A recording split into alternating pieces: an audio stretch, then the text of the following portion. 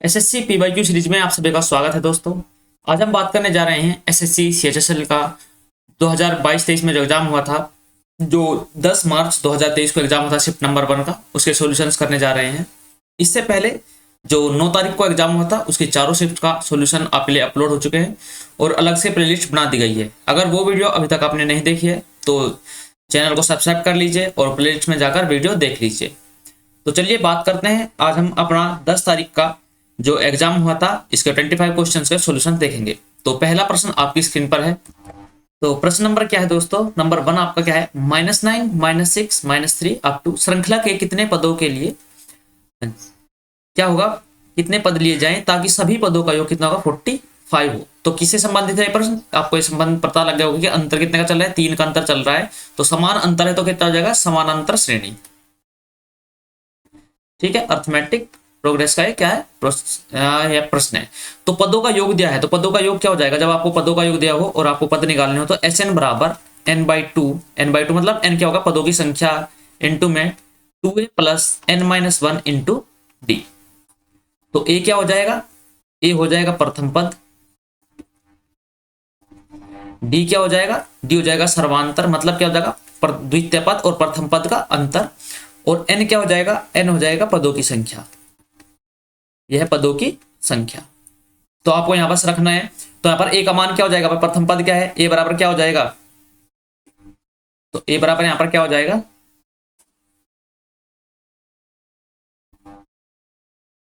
तो a बराबर क्या हो जाएगा दोस्तों? हो जाएगा a बराबर क्या हो जाएगा? प्रथम पद क्या है? 9 क्या आएगा? माइनस के 9। दूसरा पद क्या हो जाएगा? d बराबर क्या हो जाएगा? द्वितीय पद माइनस के प्रथम पद, द्वितीय पद माइनस माइनस के 9। तो क्या हो जाएगा? माइनस माइनस प्लस हो जाएगा। तो कितना होगा? -6 + 9 इक्वल टू कितना हो जाएगा? 3। तो d बराबर कितना हो गया? 3। आपको ज्ञात निकालना है। यहाँ पर Sn का मान कितना दिया है? Sn का मान दिया है, पदों का योग कितना है? 45। बस आपको इसमें रख देना है। तो 45 बराबर n/2 2a 2 इंटू क्या होगा? -9 प्लस n का मान आपको निकालना है -1 इंटू 3। ठीक है, तो कितना जगह इधर ले जाओ। 45 दूनी 90, 90 बराबर ये कितना होगा? n इंटू कितना होगा? -18 प्लस के 3 के अंदर मल्टीप्लाई करो, 3 - 3 3n - 3 हो जाएगा। तो इसको आप क्या लिख सकते हैं? आप इसको लिख सकते हैं कि क्या ये हो जाएगा? n इंटू 3n - के 21 बराबर कितना हो जाएगा? 90 हो जाएगा। तो आप n कॉमन ले सकते हैं, तो 3 कॉमन ले सकते हैं, सॉरी 3 कॉमन लिया तो अंदर कितना होगा? n-7 बराबर कितना हो जाएगा? 90। तो यहाँ से आप क्या कर सकते हैं? 3 से काट सकते हो, उसको कितने कितने टाइम कट जाएगा? 30 टाइम। तो आपका क्या आ जाएगा? ये आ जाएगा n इंटू n-7 बराबर कितना आया? 30। अब आपको देखो ऑप्शन यहाँ पर रखे हैं, तो आपको क्या रखना है? n का मान रख लेना है, या फिर आपको क्या करना है? यहाँ पर द्विघात समीकरण बना लेनी है। ठीक है, तो n का मान क्या रखो? जिसका मान क्या हो जाएगा? 30। अगर आप n का मान यहाँ पर रखो 10 रखो, ठीक है, 10 और 10 में से क्या आ गए? 7 गई 3, तो कितना आ जाएगा? 30 आ जाएगा। तो कौन सा हो जाएगा? ऑप्शन नंबर सी आपका राइट आंसर हो जाएगा। तो इस प्रकार आप प्रश्न को आसानी से सोल्व कर सकते थे। उम्मीद करता हूं आपकी समझ में आ गया होगा। चलिए प्रश्न नंबर 2 आपकी स्क्रीन पर है। प्रश्न नंबर 2 क्या है? 1, 5, 6, 10, 11, 15, 16। ठीक है, आपको क्या बताना है? इनका आपको बताना है कि दी गई पहली 200 पदों का योग बताओ। तो क्या बताना है? 200 पदों का योग आपको बताना है। तो ये भी क्या है? देखो इसमें देखो अंतर, देखो यहां पर कितने का अंतर है? 4 का, फिर 1 का अंतर, फिर 4 का अंतर, फिर 1 का अंतर। मतलब क्या हो रहा है? अल्टरनेट चल रहे हैं, 2 सीरीज चल रहे हैं इसमें। वो क्या है? देखो आप इसको ऐसे लिख सकते हैं, 1 + 6 + 11 अप टू, ठीक है, ऐसे लिखेंगे। पहले 100 ये होंगे, फिर क्या है? 100वां पद, मतलब 100 नहीं होगा, यहाँ पे 100वां पद होगा ये। फिर क्या है? प्लस। फिर आपको क्या लेना है? दूसरी श्रृंखला क्या चल रही है? 5 + 10 प्लस क्या होगा? 15 + 20 अप टू 100वां पद। ठीक है, 100 पद इसके, 100 पद इसके, तो 200 पद हो जाएंगे। चलिए आप ज्ञात कर लीजिए, इनका समांतर श्रेणी लगानी है तो दोनों में। तो क्या होता है यहाँ पर? a = क्या हो जाएगा? 1, d = कितना हो जाएगा? 5, और कौन सा पद निकालना है? इसका 100वां पद। तो 100वां पद कैसे निकालेंगे? n का मान क्या है? 100 है। तो इसके लिए क्या होता है?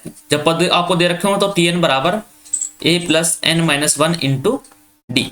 तो a का मान कितना है? a का मान 1 है, n-1 99, 100 में से गए क्या होगा? 99, और मल्टीप्लाई बाई 5। तो कितना हो जाएगा? ये हो जाएगा कितना? 9 × 5 = 45, कितना हुआ? 4 और फिर क्या हुआ, 9 5 45 और 4 49, और कितना जोड़ेंगे प्लस क्या क्या कर देंगे +1, तो कितना हो जाएगा 496। तो इसका मान कितना हो जाएगा, इसका मान हो जाएगा 496। अब हम बात करते हैं आगे की 5 10 15 पर। ठीक है, चलो इसमें बात करते हैं, इसकी यहां पर बात कर लेते हैं, कहां पर, इसकी याद यहां पर कर लेते हैं। तो प्रथम पद कितना है, a इक्वल टू कितना है 5, d इक्वल टू कितना है 5, कौन सा पद निकालना है 100, तो कितना हो जाएगा, तो tn बराबर क्या होगा, t100 बराबर a 5 प्लस n माइनस 1 99 और मल्टीप्लाई बाई कितना हो जाएगा 5। तो क्या हो जाएगा ये, देखो ये हो जाएगा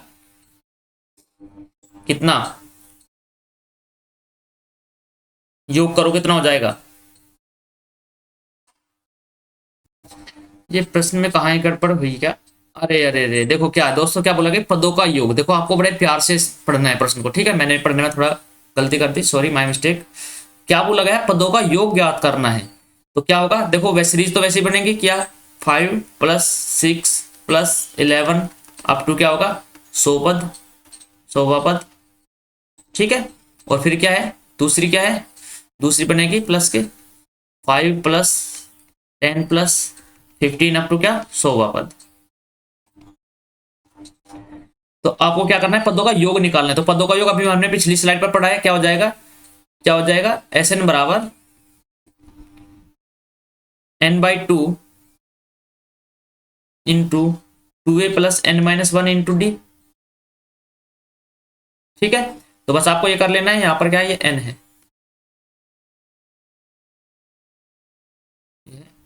n/2। ठीक है, अच्छे से लिख देता हूं, 2a + n-1 इंटू डी। तो यहां पर a का मान कितना है 1, n का मान कितना है 100, तो कितना हो जाएगा 100/2। तो 2a का मान कितना है 1, तो 2 गुणा 1 कितना होगा 2 प्लस 100 में से 1 करेंगे क्या होगा 99, और यहाँ पर किसकी है, डी की मल्टीप्लाई, ये डी की मल्टीप्लाई कहाँ है, ये डी की मल्टीप्लाई यहाँ पर ही है, इसके पास ही, डी की मल्टीप्लाई यहाँ है। तो इसमें किसकी मल्टीप्लाई, किसकी मल्टीप्लाई, डी, डी का मान क्या है भाई 6 में से 1 गया 5। ठीक है, तो ये कर लो, 2 से कितनी बार गया, या फिर एक काम करो, ये 2 से कितनी बार गया, ये 2 से कितना बार 50 बार। ठीक है, तो ये कितना हुआ, ये हो जाएगा 495 भाई, 100 गुना 5 500, 500 में से 5 घटा दो कितना होगा 495, 495 में 2 जोड़ोगे कितना हो जाएगा 497, 497 में किसकी मल्टीप्लाई करोगे आप, ये करोगे 50 की मल्टीप्लाई। ठीक है, ये तो आ गया एक, दूसरा अर्थ है, चलो इसको कर लेते हैं कंप्लीट सोल्व। 0 5 7 35, 5 9 45 और 3 48, और 5 चौक 20 और 4 24, तो 24,000 कितना आ जाएगा 850। अब हम इसकी बात कर लेते हैं, इसको यहां पर कर लेते हैं, तो यहां पर क्या हो जाएगा भाई, कितना हो जाएगा Sn बराबर इसके 100 पदों का योग कितना हो जाएगा n/2, कितना हो जाएगा 100/2, कितना हो जाएगा 50 प्लस 2a, a का मान कितना है यहाँ पर a का मान है 5, तो 2 पंजे 10 प्लस n-1, 100 में से 1 गया कितना हो जाएगा 99 इंटू अंतर कितना है यहाँ पर भी 5 है, तो कितना हो जाएगा 495 और 10 कितना होगा 505, और 505 में किसकी मल्टीप्लाई करोगे, आप मल्टीप्लाई करोगे 50 की, तो कितना हो जाएगा 1 0, ये कितना हो जाएगा 5 पंजे 25, और ये कितना हो जाएगा 5 पंजे 25।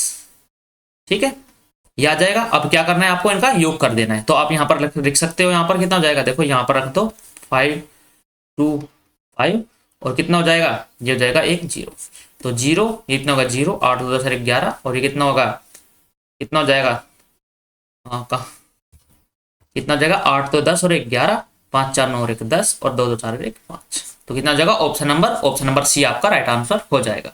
ठीक है, आपको बड़े ध्यान से पढ़ना था, क्या कर लगा था कि पदों का योग बताओ, जो हमने गलती कर दी थी ऐसी गलती आपको नहीं करनी है। ठीक है, चलिए प्रश्न नंबर 2 आपका कंप्लीट होता है। अब हम बात करते हैं प्रश्न नंबर 3 की। अब हम बात करते हैं प्रश्न नंबर 3 क्या है, एक व्यक्ति का व्यय और बचत का अनुपात 4:3 है। व्यक्ति का व्यय मतलब क्या है, एक्सपेंडिचर, और जो सेविंग है बचत, उसका अनुपात कितना है 4 और 3। उसकी बचत उसकी आय के 1/5 के बराबर बढ़ जाती है। अच्छा, उसकी बचत जो है उसकी आय के 1/5 के बराबर बढ़ जाती है, आय समान रहती है, उसके व्यय और बचत का नया अनुपात बताओ क्या होगा। देखो 1/5 की बात की गई है, आप अगर यहाँ पर क्या करें, देखो इनकम क्या होती है, इनकम बराबर होती है जो इनकम होती है, जो आय होती है, वो किसके बराबर होती है? आप सभी को पता होगा जो आय होती है वो किसके बराबर होती है? खर्चे के। ठीक है, खर्च प्लस बचत के बराबर होती है। तो आय बराबर यही तो होती है, खर्च प्लस के बचत। तो यहाँ पर क्या है देखो, अगर आप यहाँ पर इनकम की बात करें कि यहाँ पर बराबर लें इनकम, तो इनकम कितनी है? 7। तो अगर मैं यहाँ पर 0 लगा देता हूँ एक एक पॉइंट से बचने के लिए, तो क्या कोई प्रॉब्लम होगी? जी आप बोलेंगे कि भैया कोई प्रॉब्लम नहीं है, अब भी अनुपात इनका 4:3 ही है। तो आपको क्या करना है? आपको प्रश्न में क्या बोला गया है? प्रश्न बोला गया है कि उसकी जो बचत है, उसकी जो बचत है वो आय के 1/5। तो आय कितनी है? 70। 70 का कितना? 1/5। तो कितना हो जाएगा? ये हो जाएगा 14। ये 14 क्या होती है? बढ़ जाती है। तो पहले कितनी थी? पहले अगर 30 थी तो अब कितनी हो गई उसकी? तो अब जो है, अब क्या, यहां पर थोड़ा कर लेते हैं। अब उसकी जो बचत है वो कितनी हो गई? अब 14 बढ़ गई, तो पहले 30 थी तो अब कितना हो गया? अब उसकी बचत जो हो गई, अब उसकी जो बचत है वो कितनी हो गई? वो हो गई 44। अब इसने कहा है कि आय समान रहती है।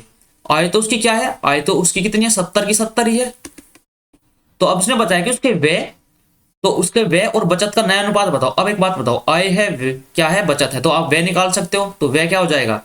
यहाँ पर आप खर्च निकाल सकते हो, क्या हो जाएगा भाई? 70 में से आप क्या घटाओगे? 44 की बचत घटा दोगे तो कितना आ जाएगा? 26 आ जाएगा। तो 26 क्या है? उसका उसका खर्चा है। तो आपको बताना है उसका खर्चा, खर्चा कितना है? 26 अनुपात उसका बचत, बचत कितनी आई? बचत है इसकी नहीं, कितने? 44। तो इनका बस अनुपात बताना है, तो अनुपात निकाल दो, कितना हो जाएगा? ये हो जाएगा 13 दूनी 26 और कितना हो जाएगा? 22 दूनी 44। तो कौन सा? ऑप्शन नंबर सी आपका राइट आंसर हो जाएगा कि 13:22 उसकी क्या है? नई व्यय और बचत का अनुपात है। उम्मीद करता हूं आपकी समझ में आ गया होगा दोस्तों। अगर वीडियो आपको अच्छी लगे तो लाइक कीजिएगा और चैनल को सब्सक्राइब कर लीजिएगा। चलिए, प्रश्न नंबर 3 आपका यहाँ पर कंप्लीट होता है। अब हम बात करते हैं प्रश्न नंबर 4 की। प्रश्न नंबर 4 में क्या बोला गया है कि किसी मूलधन पर 2 वर्ष के लिए एक निश्चित ब्याज दर पर साधारण ब्याज और चक्रवृद्धि ब्याज का संयोजन कितना है? 1600 और 1760 है। तो बताओ मूलधन क्या होगा? अब छोटी सी बात बताओ, अगर हम, आपको पता है क्या कि जो साधारण ब्याज होता है, साधारण ब्याज प्रत्येक वर्ष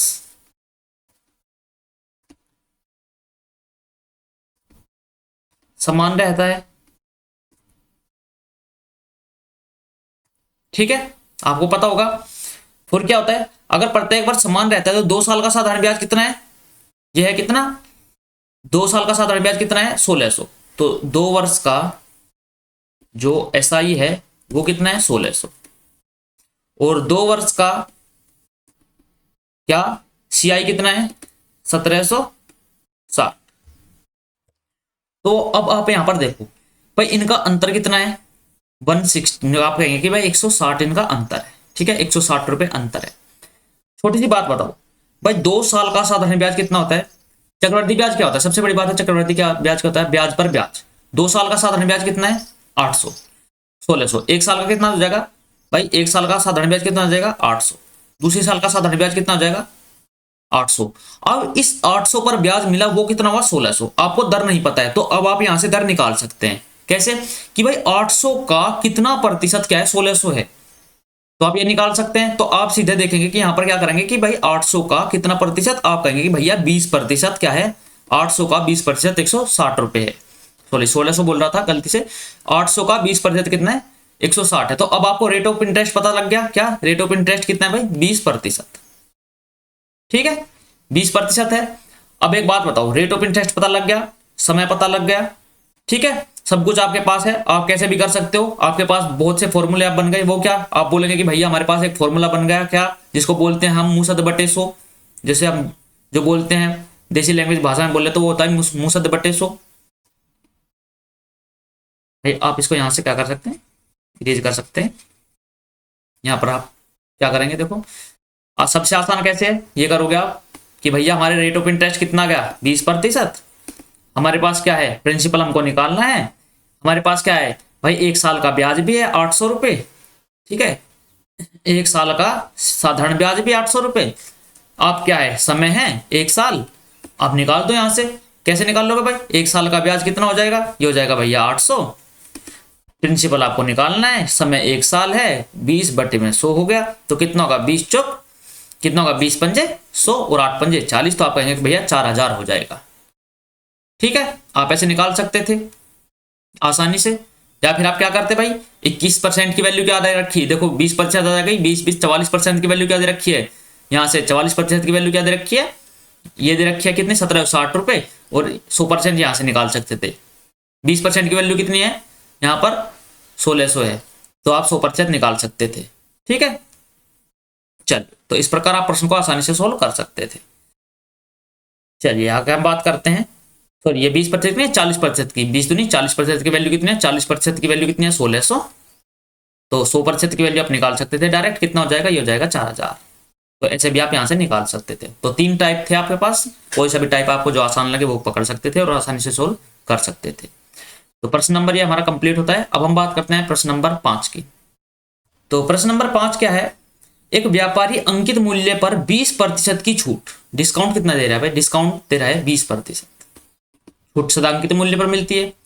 यदि वह 20% का लाभ अर्जित करना चाहता है, भाई प्रॉफिट कितना पाना चाहता है, प्रॉफिट पाना चाहता है 20%, तो अंकित मूल्य क्रय मूल्य से कितना प्रतिशत अधिक होगा, तो अंकित मूल्य क्रय मूल्य से कितना प्रतिशत अधिक होगा। अब आप छोटा सा आपको एक फॉर्मूला याद हो, अगर एमपी अपॉन सीपी बराबर एक रिलेशन होता है इनके बीच, क्या कि 100 प्लस के पी प्रॉफिट प्रतिशत अपॉन 100 माइनस टी, बस आप इसको ये करना था, आप सीधा कर सकते थे क्या कि एमपी अपॉन सीपी बराबर यहाँ पर 100 में कितना जोड़ेंगे 20%, तो कितना हो जाएगा, ये हो जाएगा 120 अपॉन 100 में कितना घटाएंगे 20 घटाएंगे तो कितना हो जाएगा 80, तो कितना हो जाएगा भाई 10 से 10 4 से काटेंगे 3 बार और 4 से काटेंगे 2 बार, तो एमपी अपॉन सीपी कितना होगा 3/2, तो एमपी कितना है 3, सीपी कितना हुआ 2, अब कितना बढ़ाया 1, किस पर, लाभ और हानि के पर गणना किस पर होगी, सीपी पर, सीपी कितना है 2, और गुना में प्रतिशत निकालने के लिए 100 50 कर रहा हूं, तो 2 से कितना हो जाएगा 50, तो 50%, जो ऑप्शन नंबर क्या है 1 है, ये आपका राइट आंसर हो जाएगा कि 50%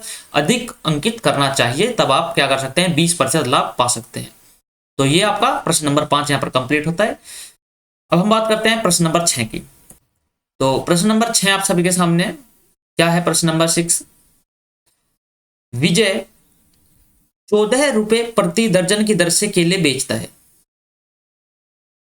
14 रुपए प्रति दर्जन, ये क्या कर रहा है, ये है उसका एसपी, भाई बेच रहा है, ठीक है, और 40% का लाभ अर्जित करता है, भाई लाभ कितना हो रहा है, प्रॉफिट हो रहा है उसको 40% का,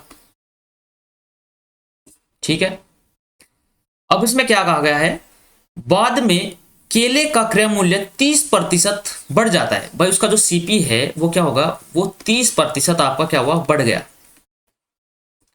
तो विक्रय मूल्य समान रखा जाता है। अब देखो बात क्या है, ये है कि विक्रय मूल्य क्या हो रहा है, विक्रय मूल्य समान रखा गया है, एसपी क्या है, एसपी सेम है, एसपी सेम है,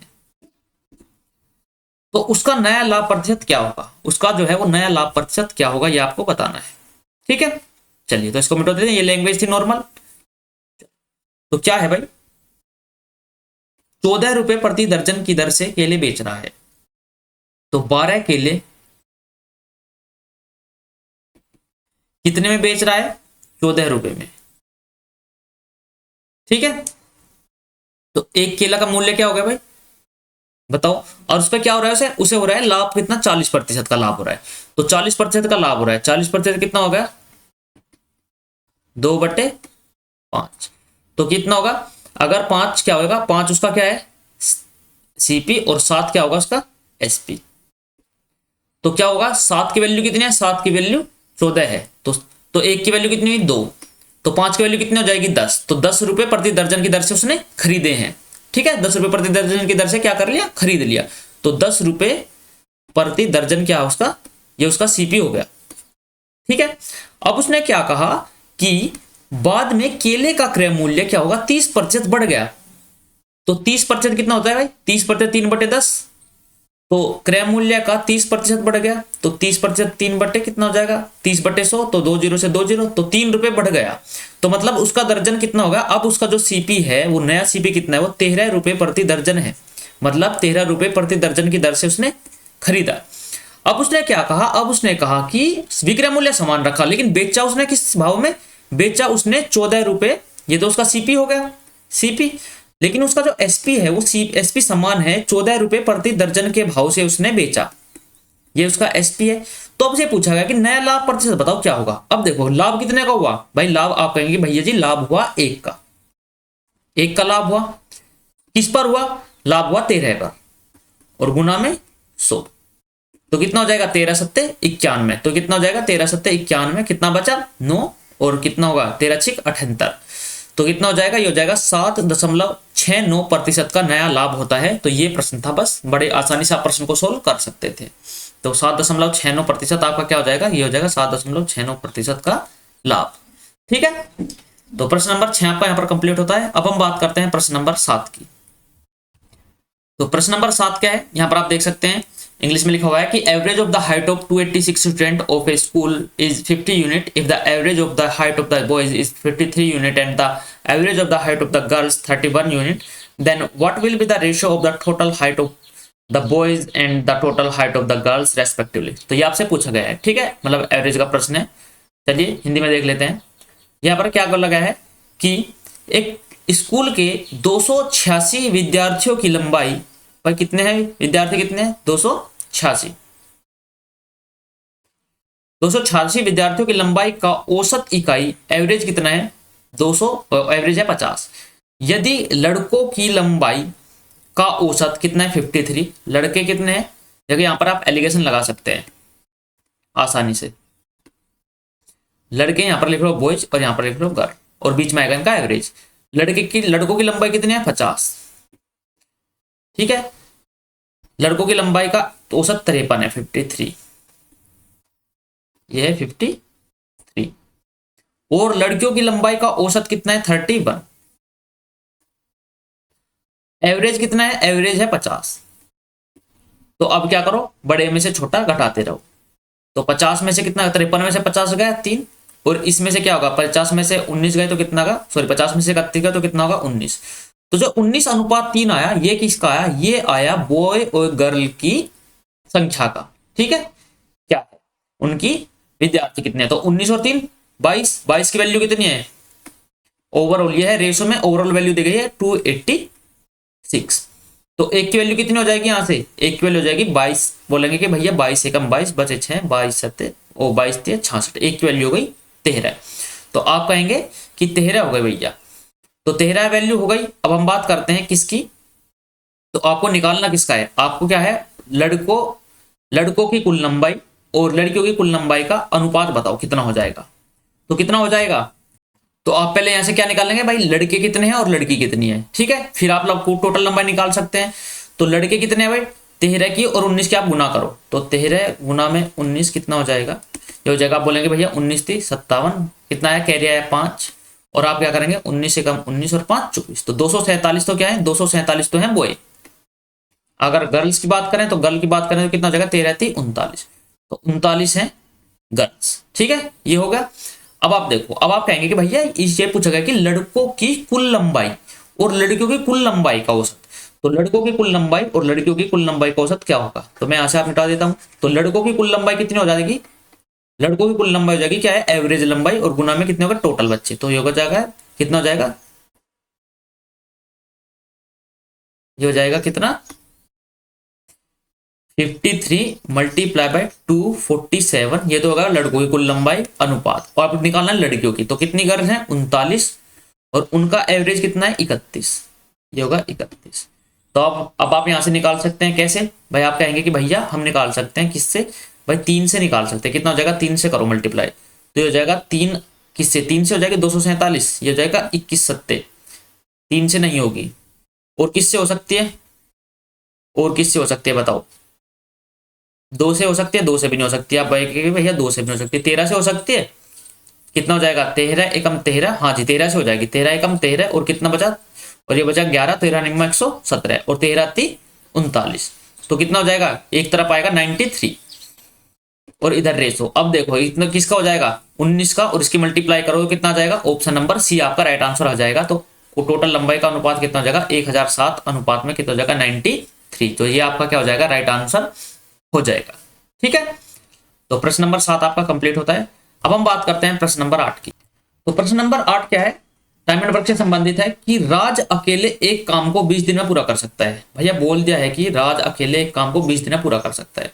प्रताप उसी काम को राज द्वारा लिए गए समय के आधे समय में, देखो क्या बोला कि राज द्वारा लिए गए समय के आधे समय में, मतलब अगर राज कितने दिनों में कर रहा है, 10 दिन 20 दिनों में कर रहा है, तो राज यहाँ पर राज कितने दिनों में करेगा, प्रताप कितने दिनों में कर लेगा, प्रताप उसको कर लेगा 10 दिनों में।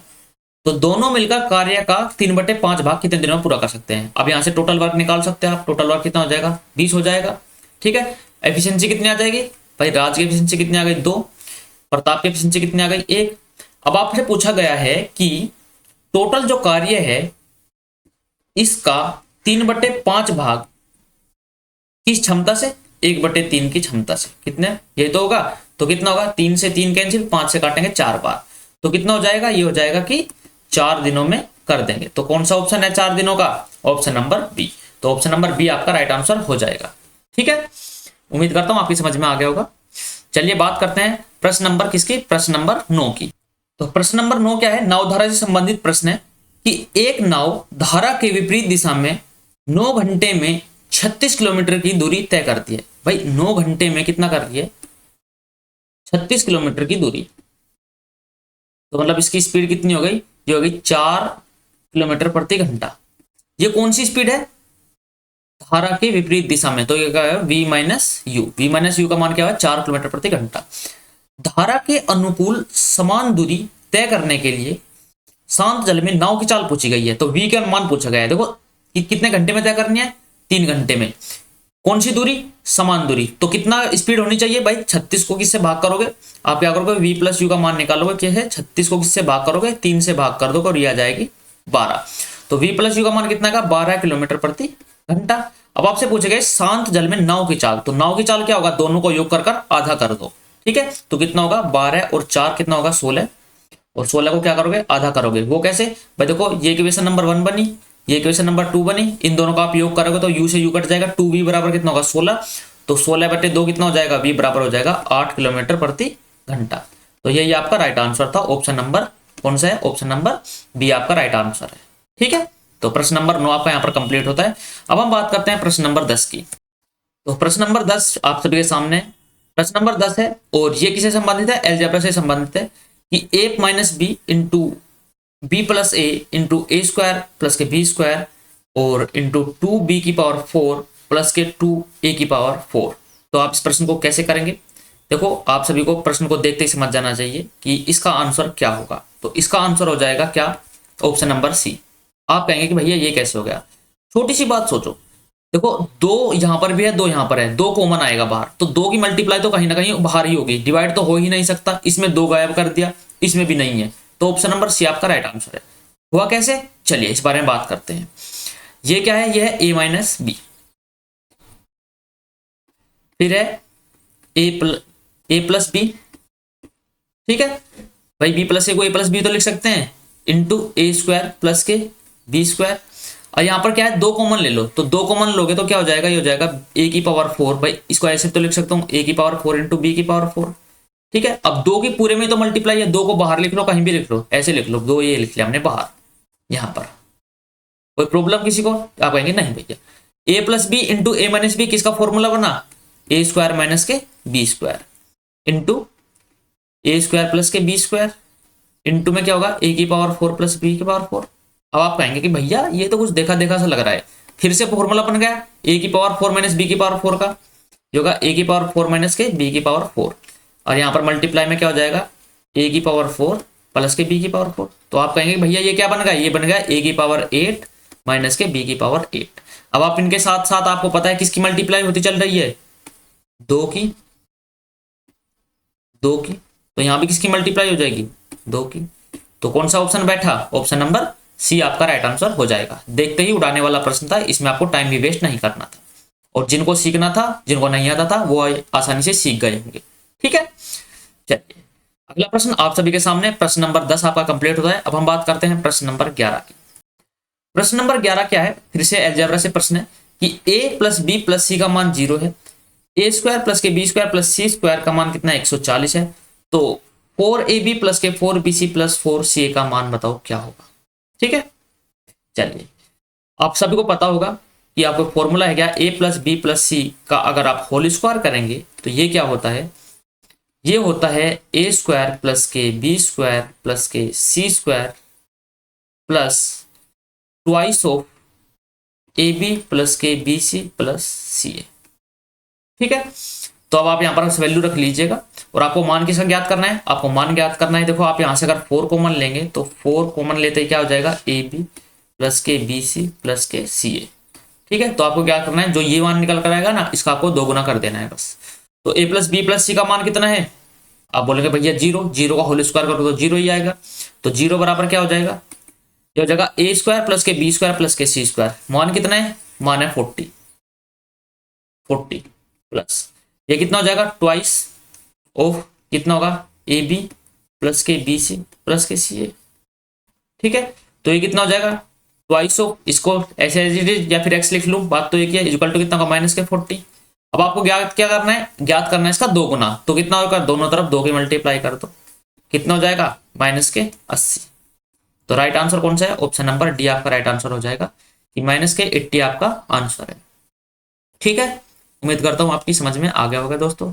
और आपको अगर वीडियो अच्छी लग रही है तो प्लीज चैनल को सब्सक्राइब कर लीजिएगा और बेल आइकन को प्रेस कर लीजिए, क्योंकि मोस्ट इंपोर्टेंट क्लास है। जितने भी एसएससी के एग्जाम होने वाले हैं उन सभी के लिए रामबाण साबित होगी ये क्लास, क्योंकि आप डेली हर एक चैप्टर से निकल रहे हैं यहाँ पर। और अपने जो भाई बहन आपके यार दोस्त हैं जो तैयारी कर रहे हैं उनको भी ये वीडियो शेयर कीजिएगा, ताकि वो भी अपने आप को परख सके और अपनी इस प्रैक्टिस सेट से जुड़ सके। और प्रीवियस ईयर क्वेश्चन एसएससी का ट्रेंड रहा है दोस्तों। अगर हम बात करें, अगर यहाँ पर हम बात करें ऐसे कि एसएससी का क्या ट्रेंड रहता है, देखो एसएससी का ट्रेंड क्या रहता है, एसएससी क्या करती है, 25 क्वेश्चन देती है किसके, मैथ के। ठीक है, और मैथ में भी क्या होता है, अर्थमेटिक और एडवांस, 2 तरीके होते हैं।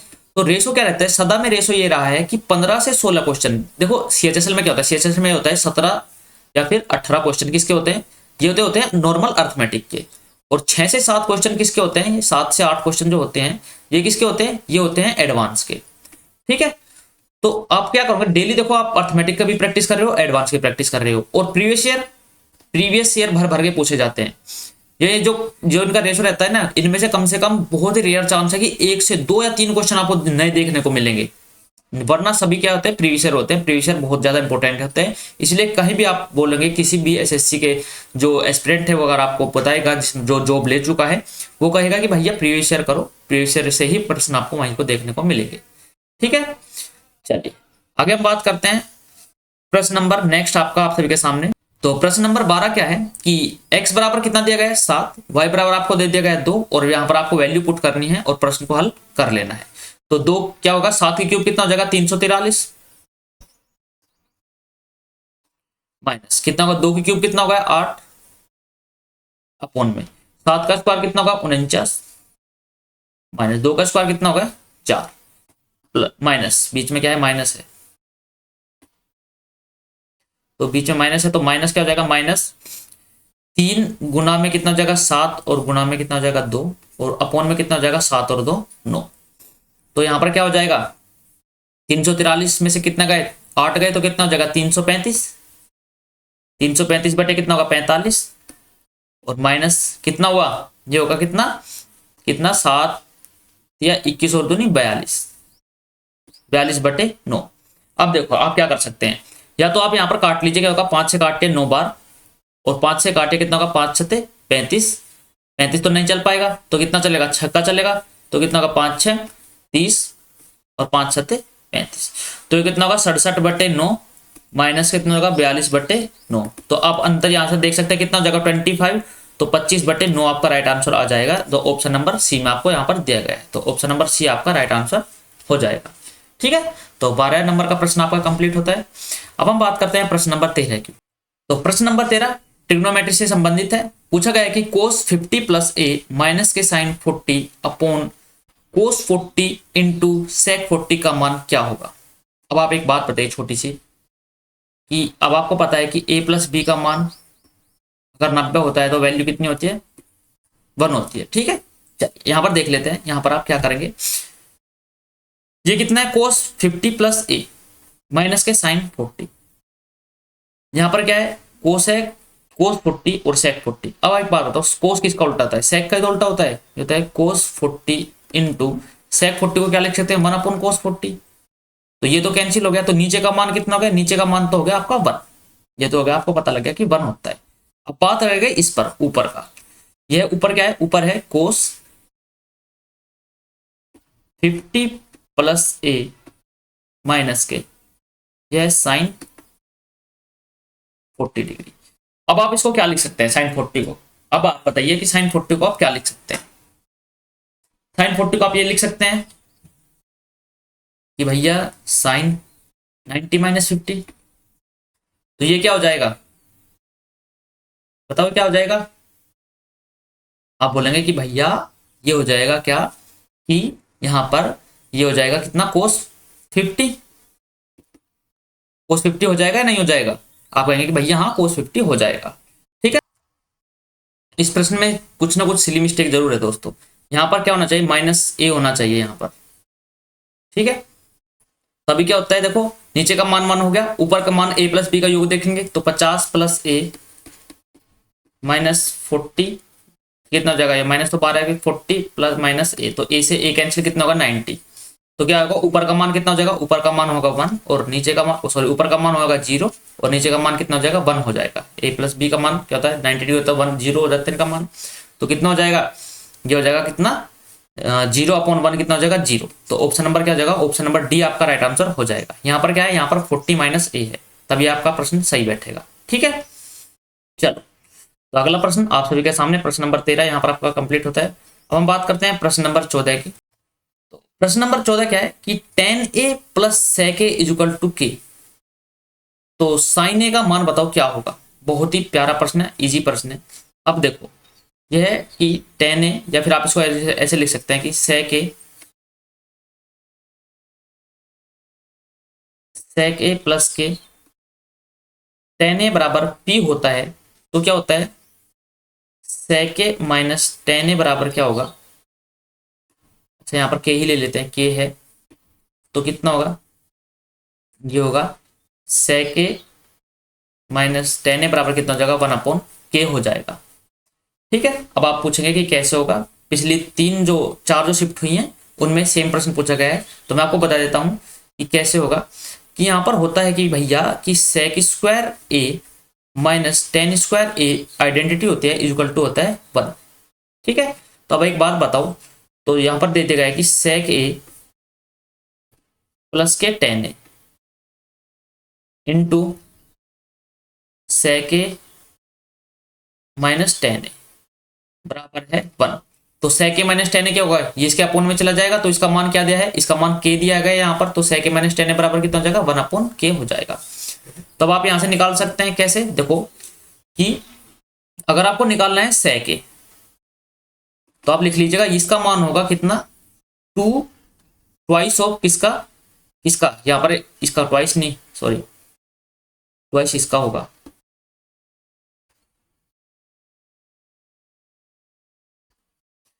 टू sec के बराबर कितना होगा, ये होगा के स्क्वायर प्लस 1 अपॉन के, ये हो जाएगा। ठीक है, तो कितना हो जाएगा, ये तो हो जाएगा sec का मान, तो sec का मान कितना हो जाएगा कि के स्क्वायर प्लस 1 अपॉन 2k।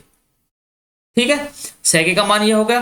अब आप sec का मान आप यहां से निकाल लिया, तो अब आप क्या कर लेंगे, यहां पर आप लगा सकते हैं क्या, यहां पर आप लगा सकते हैं पाइथागोरस प्रमेय। पाइथागोरस प्रमेय से आप इसको आसानी से कर सकते हैं। अब sec बराबर क्या होता है, देखो यहां पर आपको मैंने बताया था क्या होता है, लाल बटे का होता है। ठीक है, अच्छे से समझना है, कर्ण अपॉन आधार, तो कर्ण कितना हो जाएगा, ये हो जाएगा के स्क्वायर प्लस के 1, ये तो हो गया कर्ण। तो नीचे तो आएगा के स्क्वायर प्लस के 1।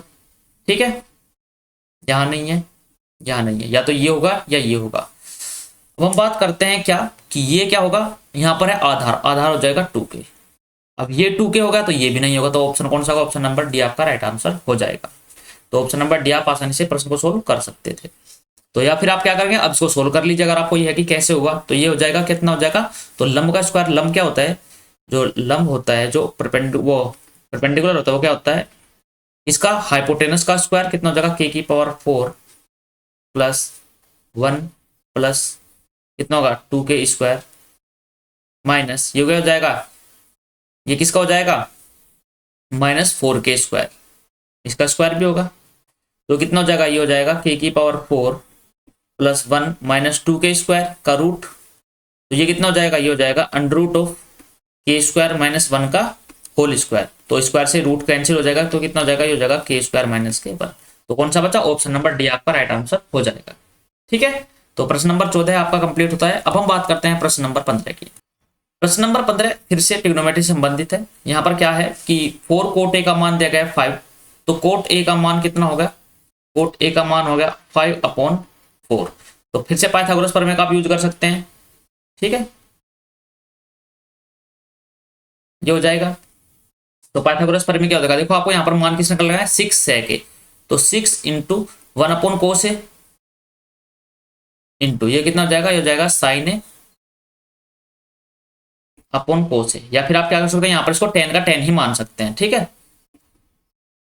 अब एक बात बताओ tan ए का मान कितना हो जाएगा, छोटी सी बात यहाँ पर सोचने की, tan ए का मान भाई इसका उल्टा हो जाएगा, तो tan ए का मान कितना हो जाएगा, tan ए का मान हो जाएगा 4/5। मतलब आपको किसका मान निकालना है, आपको मान निकालना है sec ए का, तो कितना हो जाएगा, अब आपको पता है लाल बट्टे का होता है।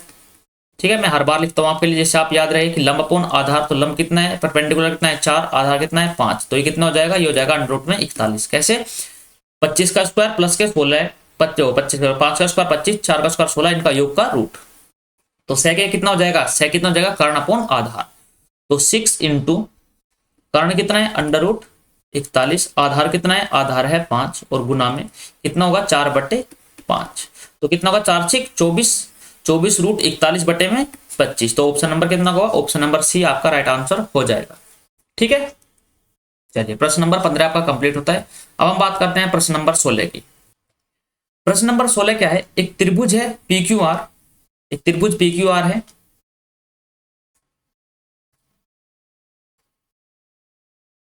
ये P, ये Q और ये R।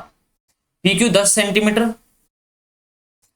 QR 12, और इसका अर्ध परिमाप कितना दे दिया गया है, अर्ध परिमाप दे दिया गया है 17। तो अर्ध परिमाप क्या होता है, ये होता है A + B + C अपॉन 2 = कितना होता है S। जैसे अर्ध परिमाप, तो S का मान कितना दे दिया गया है 17, और PR की लंबाई आपसे पूछ ली गई है, तो एक कितना होगा 10, ये होगा 10 + के 12, और पूरा परिमाप होगा 34। ठीक है, तो टोटल कितना होगा 34 होगा, और यहाँ पर क्या है तीसरा है x, तो 12 10 22 कितना बचा 12, तो ऑप्शन नंबर कौन सा होगा, सी आपका राइट आंसर हो जाएगा कि 12 आपका सही आंसर है। ठीक है, तो प्रश्न नंबर 16 इसी के साथ आपका कंप्लीट हो चुका है, और हम बात करते हैं प्रश्न नंबर 17 की। प्रश्न नंबर 17 क्या है, एक त्रिभुज है XYZ, C इस त्रिभुज का परिकेंद्र है। ठीक है, क्या है, परिकेंद्र है, y 50 degree, z 70 degree, YCZ का मान बताओ। भाई त्रिभुज है, ठीक है, कौन है x y और z, y इसका क्या है परिकेंद्र है, यहां पर क्या है, ये c इसका परिकेंद्र है, c इसका परिकेंद्र है। प्रश्न में क्या बोला गया है, प्रश्न में बोला गया है कि भैया y बराबर कितना है 70 डिग्री 50 डिग्री, जो ये मान है ये कितना है, ये 50 है, z कितना है, ये 70 है, और आपसे पूछ लगा YCZ बताओ, YCZ आपसे ये पूछ लेगा YCZ बताओ। अच्छा, तो ये कितना है दोस्तों, अब देखो YCZ ये कितना होगा 70 50 120, तो यही होगा, तो बाकी बचा कितना, ये कितना है, ये है 60। ठीक है, अब आपको क्या ज्ञात करना है, परिकेंद्र ज्ञात करना है, ये आपको ज्ञात करना है ये मान YCZ। तो YCZ कैसे ज्ञात करेंगे, अब इसकी क्या होती है, एक थ्योरम होती है कि अगर परिकेंद्र पर ये कोण क्या है, ये देखो ये कोण अगर थीटा है, इसकी क्या होता है एक थ्योरी होती है, मैं यहां पर दिखा देता हूं आपको, इसकी क्या होती है, देखो थ्योरी है, यहां से ये परिकेंद्र बना लेते हैं, कि अगर ये कोण थीटा है, तो परिकेंद्र पर ये कोण क्या होता है, ये कोण 2 थीटा होता है, थीटा का 2 गुना। अब आप कहेंगे भैया ये तो वर्त में होता है, देखो जो परिकेंद्र होता है ना वो परिकेंद्र वर्त का ही होता है, तो ये इसके बाहर वर्त होता है, ठीक है।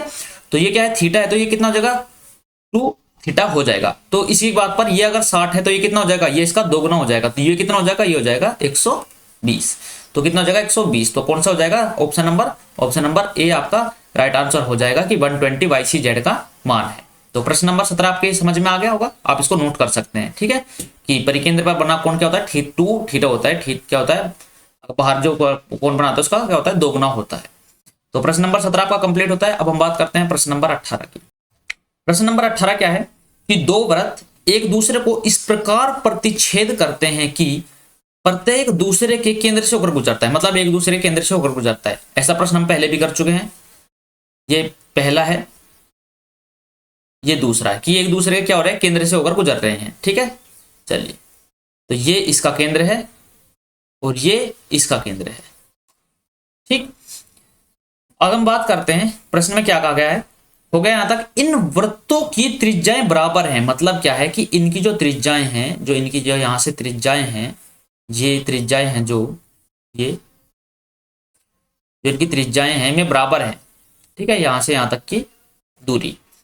जीवा की लंबाई कितनी है, जो ये जीवा है इनके बीच में, ये इस जीवा की लंबाई कितनी है, इस जीवा की लंबाई है क्या, इनकी त्रिज्याएं बराबर है 14√3। अब देखो क्या है, इस पर लंब हो गया तो आधा ये होगा, आधा आधा तोड़ देगा, तो ये कितना हो जाएगा, 7√3 हो जाएगा, ठीक है। इन दोनों वृत्तों की परिधियों का योग बताओ, परिधि का योग, देखो ये 7√3 है। अब एक बात बताओ, ये क्या है, बराबर है, ये क्या है, बराबर है यहां से यहां तक, ठीक है। चल, ये क्या हो, ये त्रिज्या है, ये त्रिज्या बराबर है, ये इस पर क्या है, लंब है, ये भी त्रिज्या आपस में बराबर है। अब एक बात बताओ, अगर ये क्या है, ये 1 है, तो ये कितना हो जाएगा, अब छोटी सी बात बताओ, तो ये कितना हो जाएगा दोस्तों, ठीक है।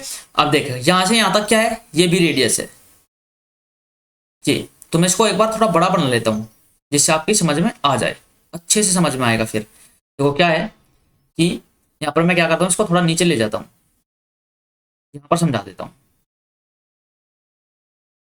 देखो क्या है, ये एक वर्त है, ठीक है,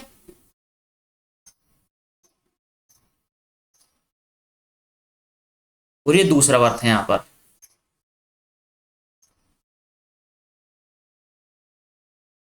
अच्छा नहीं बन रहा ना, मेरी थोड़ा सा जो डिजाइन बनाता हूँ ना, मेरी आर्ट बहुत ज्यादा खराब है, बहुत ज्यादा गंदी है, इसलिए सॉरी। ये कर ले, अरे यार,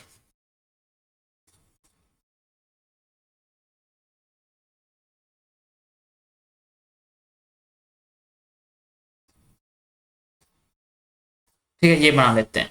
इन दोनों का क्या है, बराबर है, ये इसका सेंटर है, ये इसके सेंटर से होकर गुजर रही है, ठीक है। चलिए, अब ये क्या है, ये इस पर क्या है, जीवा है। अब एक बात बताइए, इसने कहा कि इसकी त्रिज्याएं जो है में बराबर हैं, जो त्रिज्या बराबर है, तो यहां से ये देखो, यहां से यहां तक की त्रिज्या बराबर हुई है, ठीक है, ये त्रिज्या बराबर है यहां से यहां तक, और इधर से इधर की त्रिज्या बराबर है, ये त्रिज्या बराबर है, और इधर ये भी बराबर है। तो आप देखो क्या हुआ, देखो ये क्या है, रेडियस, ये भी रेडियस, और क्या होगा, नीचे की भी रेडियस। तो ये कितना हो जाएगा, तीनों भुजाएं बराबर हुई तो क्या हुआ, आपके कुछ कुछ समझ में आ रहा है दोस्तों, तीनों भुजाएं बराबर हुई तो क्या हुआ, क्या हुआ, समबाहु त्रिभुज, जो हुआ समबाहु त्रिभुज, समबाहु त्रिभुज। अब देखो ये पूरे की पूरी जीवा कितनी है, 14√3, तो ये बीच में से इसको आधा काट रही है, तो इसकी जो लंबाई है ये कितना हुआ, ये इसका हो जाएगा 7√3। अब ये क्या है, समबाहु त्रिभुज की ऊंचाई है, तो समबाहु त्रिभुज की ऊंचाई कितनी होती है, आप कहेंगे भैया √3/2 इंटू क्या होती है, इंटू भुजा r। तो इसका ही तो मान दिया गया है, तो इसका मान कितना दिया गया है, √3/2 इंटू r का मान कितना दिया गया है, 7√3। तो √3 से √3 कैंसिल, तो r का मान कितना हो जाएगा, 7 दूनी 14 सेंटीमीटर। रेडियस निकल कर आ गई 14 सेंटीमीटर। अब आपको क्या ज्ञात करना है भाई, क्या करना है, दोनों वृत्तों की परिधि का योग। तो परिधि क्या होती है, पहली वर्त की परिधि 2πr होगी, दूसरे वर्त की परिधि 2πr होगी। भाई त्रिज्या समान है तो दोनों का योग कर दो, कितना हो जाएगा 4πr। तो मतलब डायरेक्ट आपको वैल्यू निकालनी है 4πr की। तो 4πr का मान निकालो, कितना हो जाएगा 4, 22/7 और r का मान कितना है 14। तो 7 दूनी 14, तो 22 दूनी 44 और चौका कितना होता है 176। तो कितना हो जाएगा ऑप्शन नंबर सी आपका राइट आंसर हो जाएगा कि 176 सेंटीमीटर क्या है, उन दोनों वृत्त की परिधियों का योग है। तो उम्मीद करता हूं आपकी समझ में आ गया होगा दोस्तों। और प्रश्न नंबर क्या होता है ये कंप्लीट होता है। अब हम बात करते हैं अगले प्रश्न की। प्रश्न नंबर 19 आप सभी के सामने, एक त्रिभुज है XYZ में PQ, एक त्रिभुज है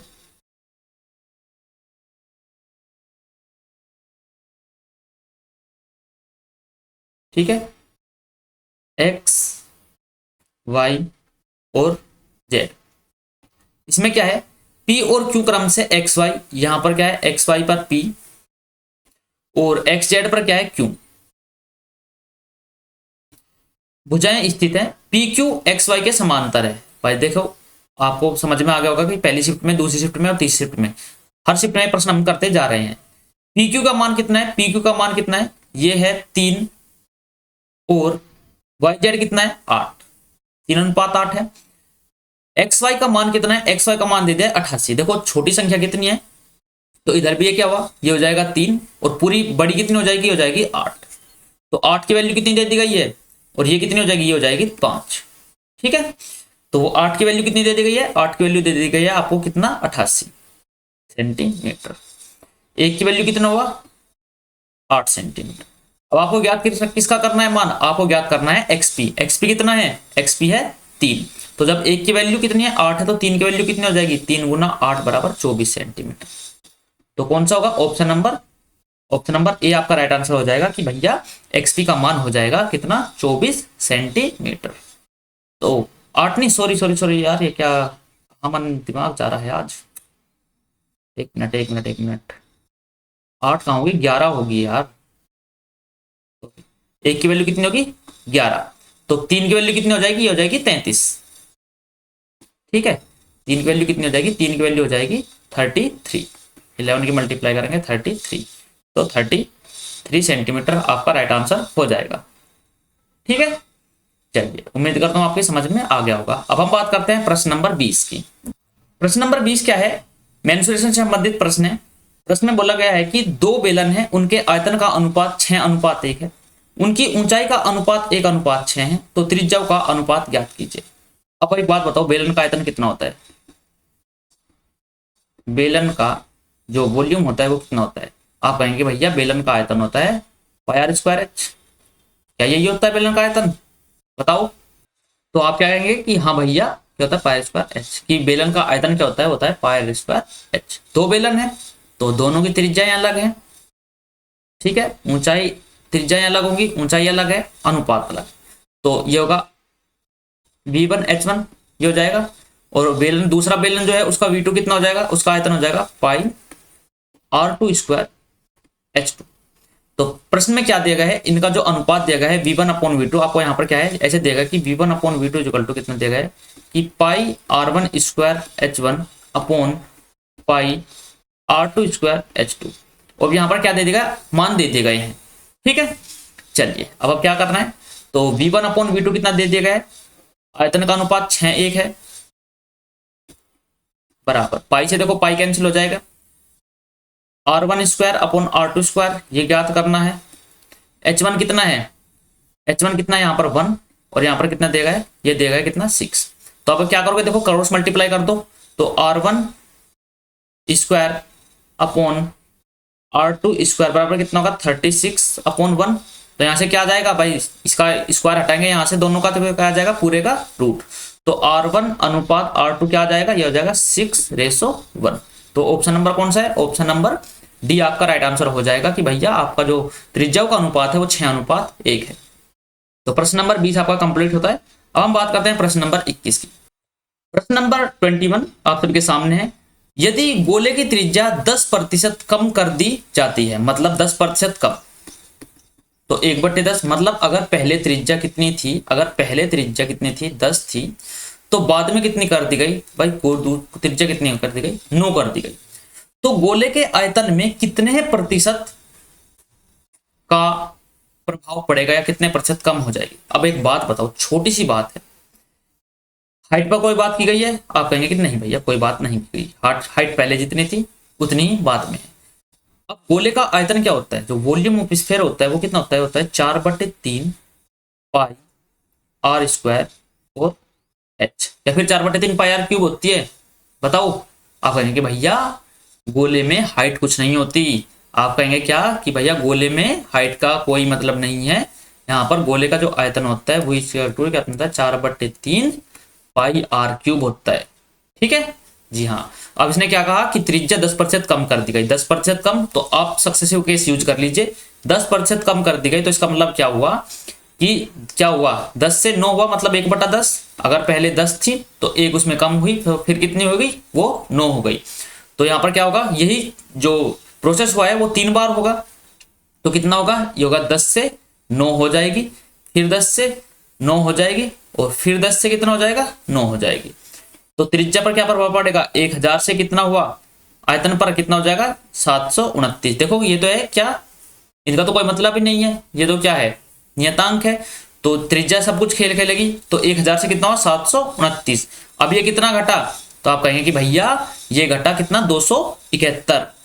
तो 271 घटा किस पर? 271 किस पर?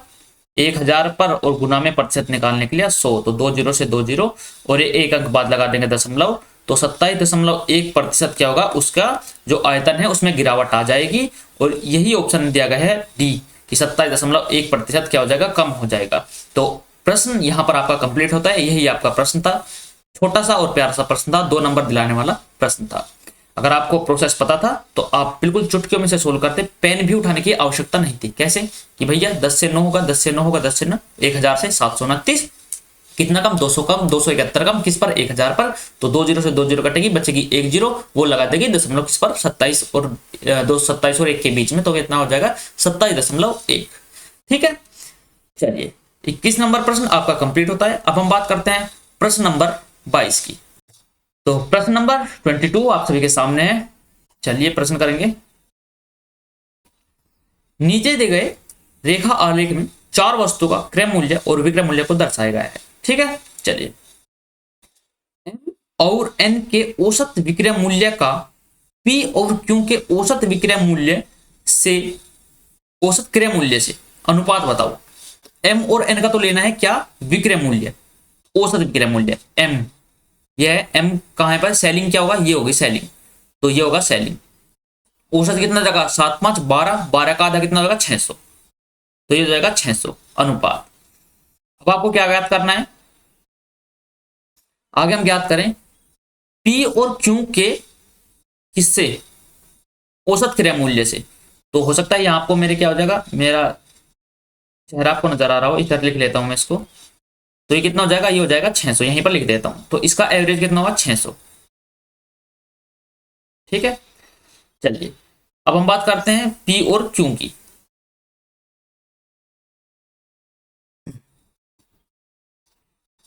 पी क्यू का क्या होगा? पी क्यू का क्या लेना है आपको? ये लेना है आपको क्या? क्रय मूल्य से। तो क्रय मूल्य कितना हो जाएगा? पी और क्यू का कितना हो जाएगा? 6 और 4 10 हो जाएगा। तो कितना हो जाएगा? ये हो जाएगा 6 और 4 10, कितना होगा? 1000, 1000 का आधा कितना हो जाएगा? 500। ठीक है, ये एवरेज हो जाएगा इसका। तो क्या प्रकार आ गया है? तो इस हिसाब से तो हमारा आंसर क्या आना चाहिए? ये आना चाहिए 6:5 आना चाहिए। लेकिन आपका आंसर ये नहीं आया, आप बोलेंगे भैया ऑप्शन में नहीं है। तो इसमें क्या है? इसमें एक प्रॉब्लम है दोस्तों, यहां पर तो होगा उल्टा। देखो यहां पर तो है क्या होगा? सेलिंग प्राइस एसपी, और इसको ले लो क्या? कॉस्ट प्राइस, ये होगा कॉस्ट प्राइस सीपी। ठीक है, तो अब आपका आंसर आ जाएगा।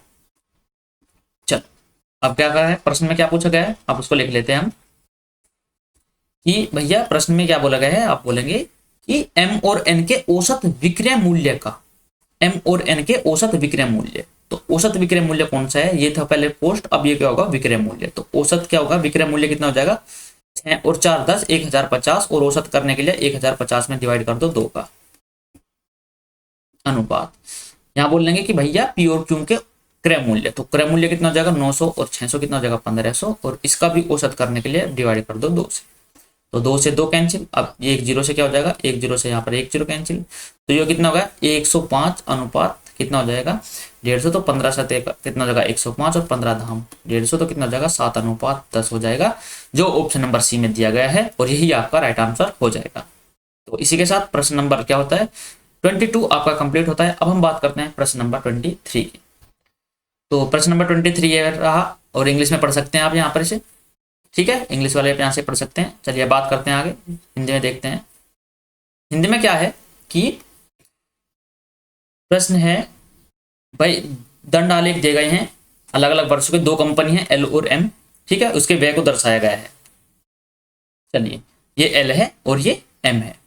अब हम बात करते हैं कि पूछा गया है कि कौन सा कथन सही है।